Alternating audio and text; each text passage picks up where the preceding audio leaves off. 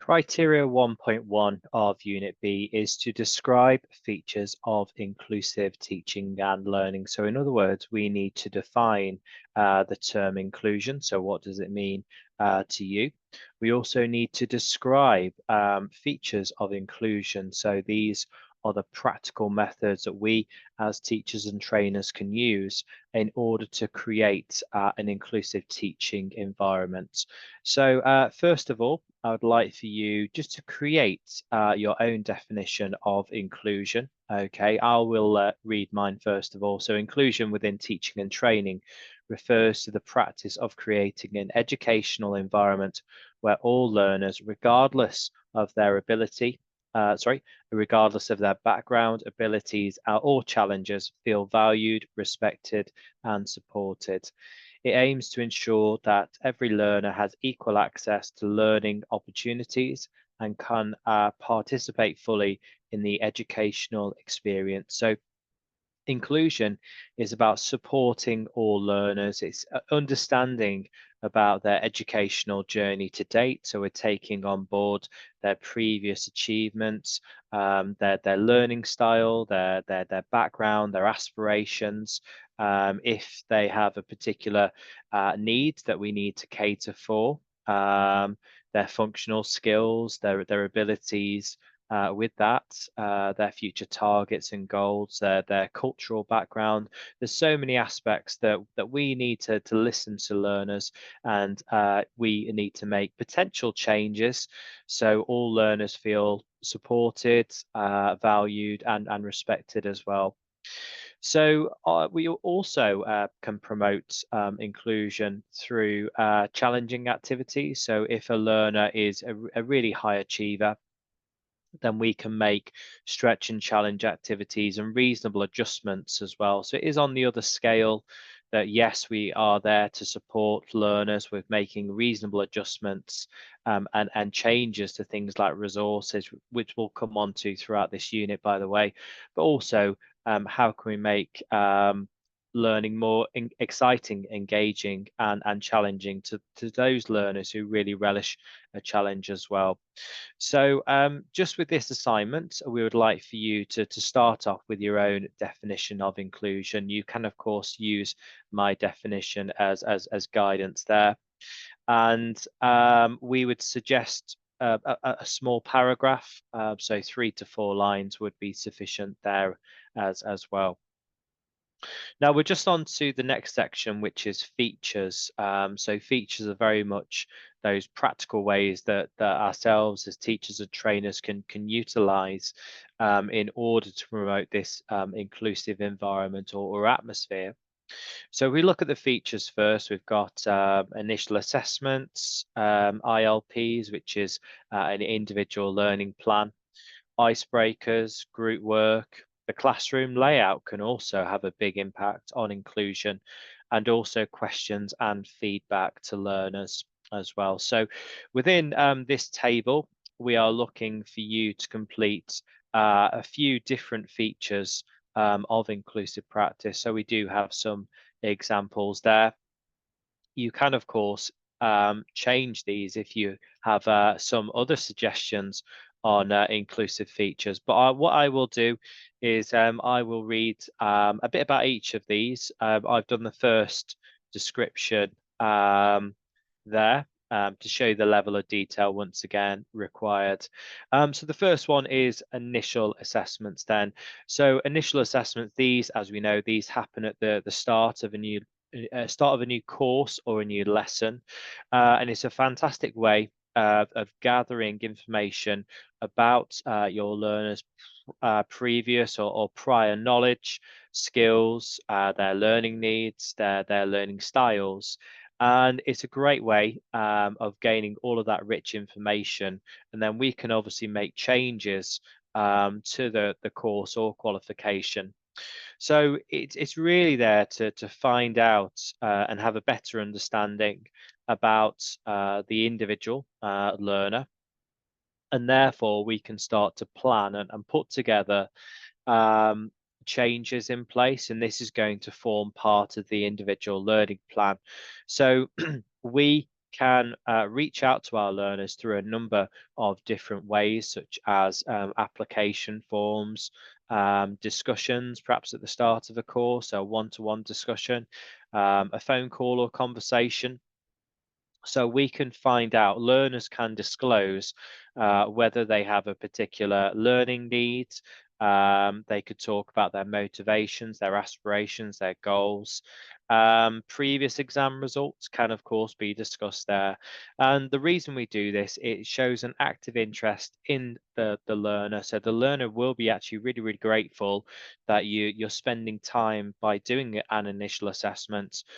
We can adjust our own teaching as well. So if learners are really advanced, if they've got quite a lot of previous qualifications or a high level skill set, we can actually make our qualification shorter, because we can use that skills and knowledge, and we can actually take it forward and reduce the amount of learning hours, for example, within our course. So we can actually make courses shorter.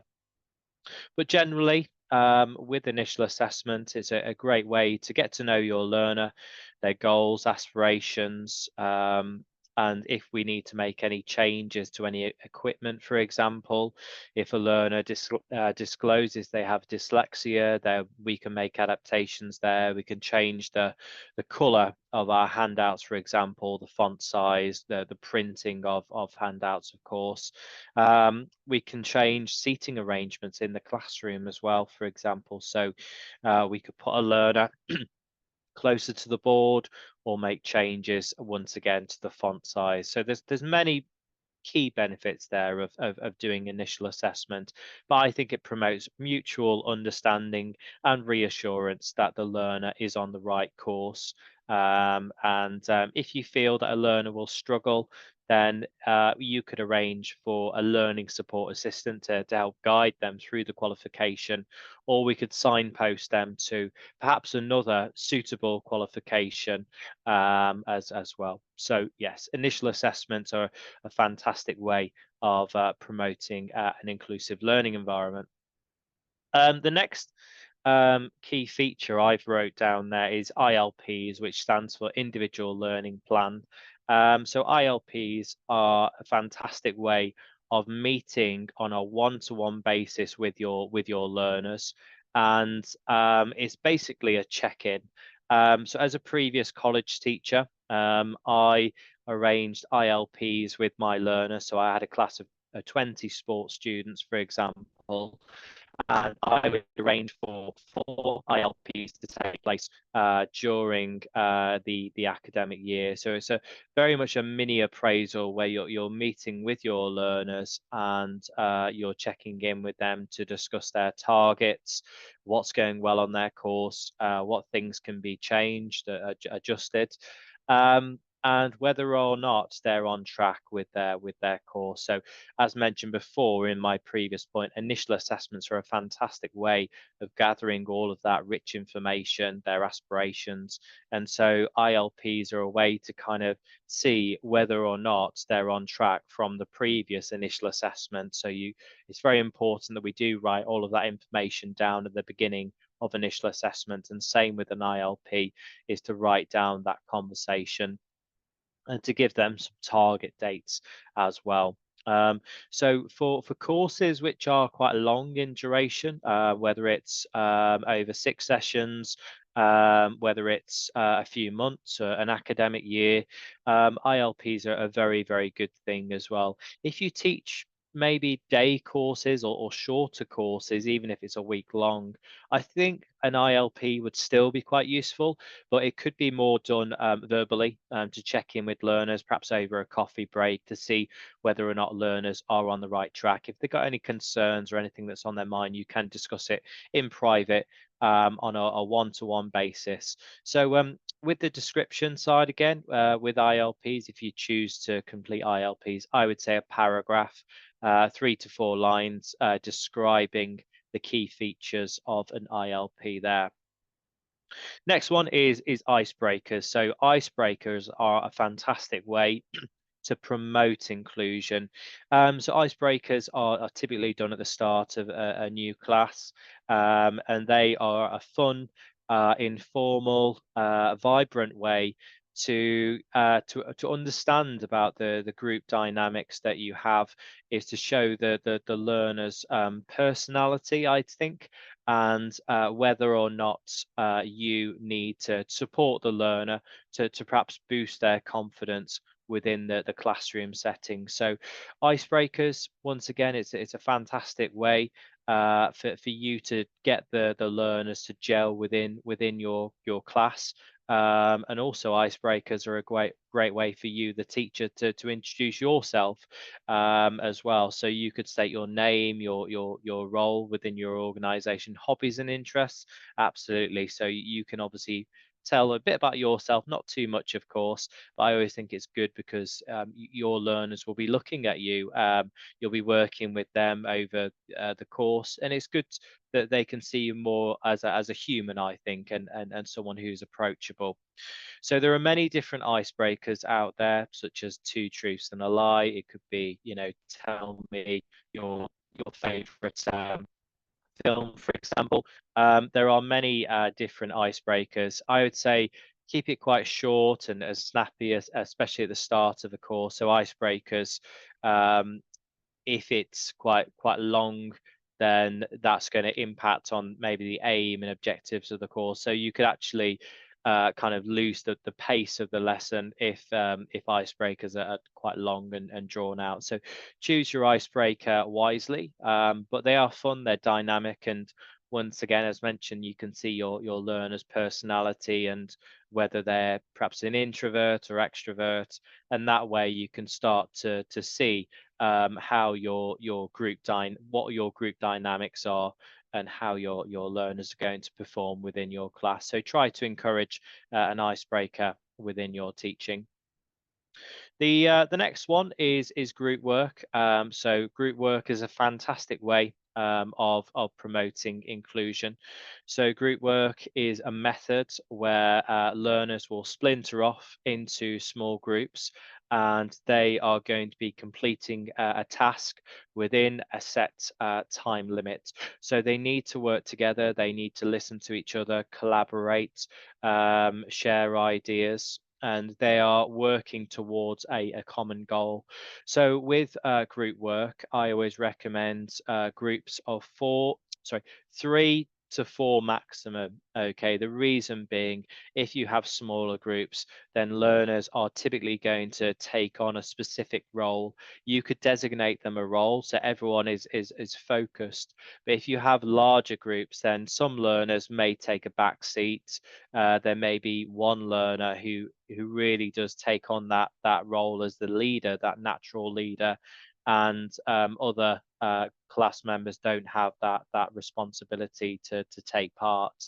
So group work is a fantastic way of sharing ideas, communicating, as working towards a challenge.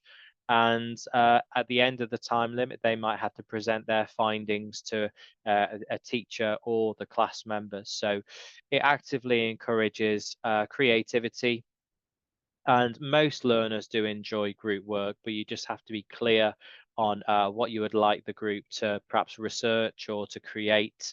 And I always think it's good to give learners the required resources, whether it's flip chart paper, if it's pens, really sort of giving them the tools to take part within a good group work task there. So just in regards to your assignment, once again, if you're choosing group work, I would recommend a paragraph of information. So 3 to 4 lines is sufficient with group work. Others, we have the classroom layout and questions and feedback. So the classroom layout then. So of course, the classroom itself has a huge impact on creating an inclusive learning environment. And you just need to decide which classroom layout is suitable for your course or qualification. So if you are perhaps working with groups, you could arrange for small tables designated around the room. You could have rows if it's perhaps a lecture style as well. I would say please ensure that all learners can see the boards. They have full access to reading the information on the boards. You can, of course, rotate class members as well. So on one lesson, you could have perhaps a seating plan, and then the next lesson you could change where students sit, because that's a great way of promoting inclusion. So you're getting learners to work with each other as well. There are such a variety. There's a horseshoe. There is others which might be the boardroom as well. So within your assignment answer, I would like for you to perhaps to write about which classroom layout is suitable for your qualification, and I would say how that classroom layout promotes inclusion. Okay, so just a bit about your specific classroom layout. And you could even say that with regards to the classroom, that you make changes such as seating arrangements or putting a learner closer to the board if they suffer from issues with their sight, for example. So any sort of implications there. But just to reiterate, if you could just describe one classroom layout, perhaps your favourite, that would be sufficient there. The final one is questions and feedback. So describe how each feature promotes an inclusive learning environment. So the final one is obviously questions. So the teacher asking questions to the learner is a fantastic way to see whether or not the learner is on track with their course, with their progress, and it promotes understanding. The way that we ask questions as a teacher or trainer can be catered slightly depending on the learner's knowledge or understanding their confidence as well. I always say for a learner who's quite extroverted, who's a leader, I would say perhaps an open question, so perhaps a thought-provoking question would be good here. So a learner has the opportunity to think about the answer, to express their thoughts, opinions, and I think that's a really good thing. So getting learners to perhaps have a debate with you, so that way they will feel empowered.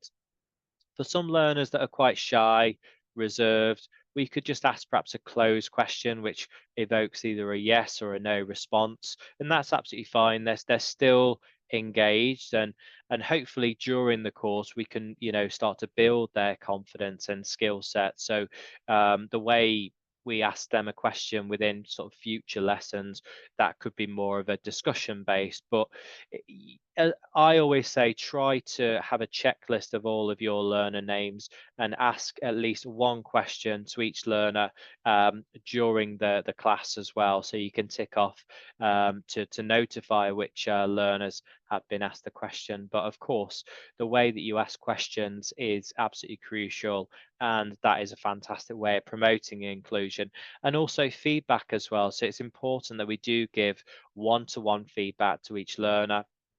Some learners like praise, others prefer targets, others like a lot of reassurance as well. So it's all about understanding learners, but it's ensuring that everyone receives some feedback during that lesson. So you're checking in with them and you're giving support and guidance. If we didn't give any feedback as a teacher, learners could be a bit confused, they could be worried or anxious that they're not on the right track with the qualification. So as you get to know your learners, you'll perhaps change the way that you give feedback to the individual to help cater for their personalities and targets as well. So yes, just within this answer then, just 3 to 4 lines on each one. So for questions and feedback, and for the classroom layout as well. And that is it for 1.1. So just to go back to our initial question then, to start unit B, a paragraph, I would say, your definition on inclusion, and then really go into detail just in regards to the features. So once again, a paragraph on initial assessments, and then you could go for 3 to 4 lines, a paragraph on ILPs, and the remaining methods of inclusive practice. as well. But yes, if there are any other methods that you use, then of course you can make changes there. That's absolutely fine. But thank you so much for watching, and welcome to the first video in the playlist. My name's Nick once again. Thank you for watching. Do like and subscribe, and I'll see you on the next video. So bye for now.